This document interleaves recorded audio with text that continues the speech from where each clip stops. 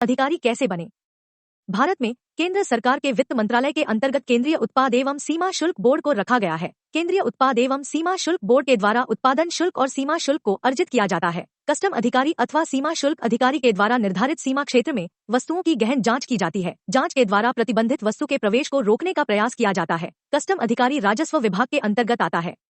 अगर आप एक कस्टम अधिकारी बनना चाहते हैं तो इसके बारे में यहाँ आपको पूरी जानकारी दे रहे हैं। कस्टम अधिकारी के लिए योग्यता। एक कस्टम अधिकारी बनने के लिए योग्यता निर्धारित की गई है, जिसकी जानकारी इस प्रकार है। शैक्षणिक योग्यता। कस्टम अधिकारी के लिए अभ्यर्थी को किसी भी मान्यता प्राप्त विश्वविद्यालय से किसी भी संकाय में 55% अंक अर्जित करते हुए स्नातक उत्तीर्ण होना आवश्यक है। आयु। कस्टम अधिकारी हेतु अभ्यर्थी की आयु 21 वर्ष से 28 वर्ष के मध्य होनी आवश्यक है। जो अभ्यर्थी आरक्षित वर्ग में आते हैं उन्हें आरक्षण के नियमानुसार छूट प्रदान की जाती है। शारीरिक योग्यता। कस्टम अधिकारी के लिए अभ्यर्थी को शारीरिक रूप से स्वस्थ होना आवश्यक है। इसके साथ ही उसकी लंबाई 157.5 सेंटीमीटर और सीना 81 सेंटीमीटर होना आवश्यक है।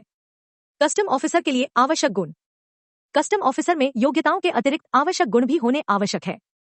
सबसे पहले आपको भारत का नागरिक होना आवश्यक है। इसका अर्थ आपके पास भारत की नागरिकता होनी चाहिए। आपके पास किसी भी एक वाहन को चलाने के लिए लाइसेंस होना चाहिए।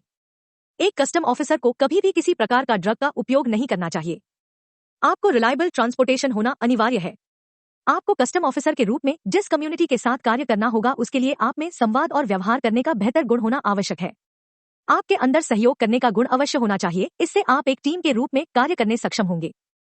कस्टम ऑफिसर के रूप में आपको निर्धारित समय से अधिक या अन्य किसी समय कार्य करना पड़ सकता है। इसके लिए आप में समय से अधिक कार्य करने का गुण अवश्य होना चाहिए।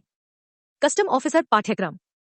संघ लोक सेवा आयोग अथवा यूपीएससी के द्वारा कस्टम ऑफिसर हेतु परीक्षा का आयोजन किया जाता है। इस परीक्षा को 3 भागों में आयोजित किया जाता है। Civil service aptitude test CSAT, civil सेवा मुख्य परीक्षा, व्यक्तित्व परीक्षण। कस्टम ऑफिसर के लिए civil service aptitude test CSAT।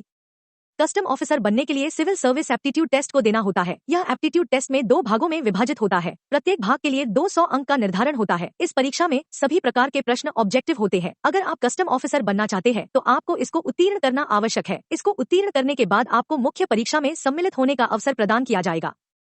मुख्य परीक्षा। सिविल सेवा मुख्य परीक्षा के अंतर्गत 9 पेपर्स का आयोजन किया जाता है। इन सभी पेपरों में वर्णनात्मक प्रकार के प्रश्न पूछे जाते हैं। कस्टम ऑफिसर बनने के लिए सिविल सेवा मुख्य परीक्षा को उत्तीर्ण करना अत्यंत आवश्यक है। यदि आप इस परीक्षा को सफलतापूर्वक उत्तीर्ण कर लेते हैं तो आपको व्यक्तित्व परीक्षण में भाग लेने का अवसर प्रदान किया जाएगा। कस्टम ऑफिसर हेतु व्यक्तित्व परीक्षण। कस्टम ऑफिसर बनने के लिए व्यक्तित्व परीक्षण अंतिम चरण है। इसे साक्षात्कार भी कहा जाता है। इस साक्षात्कार में सिविल सेवा मुख्य परीक्षा में सफल होने वाले अभ्यर्थियों की बुद्धि, क्षमताओं, गुणों और मूल्यों का आकलन किया जाता है। व्यक्तित्व परीक्षण में कई प्रकार के प्रश्न पूछे जाते हैं। यदि अभ्यर्थी के द्वारा उनका सही उत्तर दे दिया जाता है तो उसे अच्छे अंक प्रदान किए जाते हैं, जो उसके चयन में सहायता करते हैं। वेतन। एक कस्टम ऑफिसर का वेतन 7वीं CPC के अनुसार 52,000 रु शून्य है, जबकि सकल ग्रॉस के अनुसार इसका वेतन लगभग 60,000 रु शून्य होता है। कस्टम ऑफिसर के अधिकार।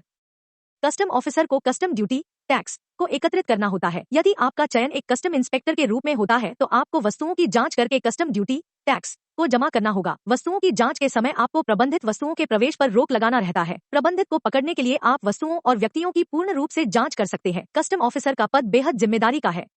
आपको अपने कर्तव्य को पूरा करने के लिए किसी भी तस्करी, स्मगलिंग पर पूर्ण रूप से प्रतिबंध लगाना होता है। अगर जांच में किसी व्यक्ति के पास गलत वस्तुएं पाई जाती है तो आपको उस संबंधित व्यक्ति के विरुद्ध कानूनी कार्यवाही करनी होती है। आपको उस व्यक्ति को पकड़ने और उस पर नियमानुसार कार्यवाही करने का पूर्ण अधिकार रहता है।